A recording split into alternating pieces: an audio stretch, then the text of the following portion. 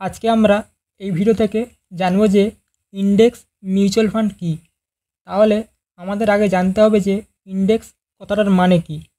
খুব সহজভাবে যদি বলা যায় তাহলে ইন্ডেক্স মানে সূচিপত্র। ধরা যাক কোনো একটি বইয়ের উদাহরণ দিয়ে আমি বলছি। একটি বইয়ের প্রথম থেকে শেষ পৃষ্ঠা পর্যন্ত কোথায় কত নম্বর পৃষ্ঠায় কোন অধ্যায় আছে তার একটা পুরো লিস্ট একটি বইয়ের প্রথম পৃষ্ঠায় দেওয়া থাকে। এটাই হলো ইন্ডেক্স, যার বাংলার অর্থ হলো সূচিপত্র। ঠিক একই রকমভাবে বিভিন্ন স্টক মার্কেটের মধ্যে থাকে ইন্ডেক্স, যেমন ভারতের টপ নিফটি 50 এবং সেন্সেক্স 30 তালিকাভুক্ত স্টক কোম্পানিগুলিতে যে মিউচুয়াল ফান্ড বিনিয়োগ করে সেটাই হলো ইন্ডেক্স মিউচুয়াল ফান্ড। এই index mutual fund passively fund manage হওয়ার কারণে এখানে এক্সপেন্স রেশিও অনেকটা কম থাকে এবং রিস্কও অনেকটা কম থাকে।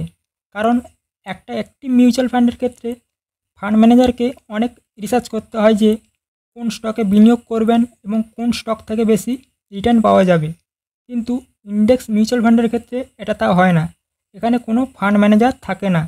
এখানে ইন্ডেক্স যেভাবে ওঠানামা করবে, অর্থাৎ ভারতের টপ 50টি স্টক কোম্পানিগুলি যেভাবে পারফরমেন্স করবে সেইভাবে আমরা আগামী দিনে গ্রোথ দেখতে পাবো।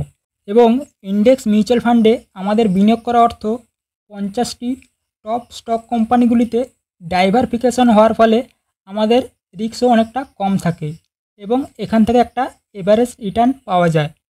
ইন্ডেক্স মিউচুয়াল ফান্ড সবসময় লং টার্ম বিনিয়োগের জন্য সুবিধাজনক।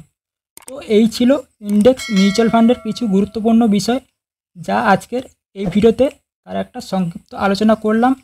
ধন্যবাদ।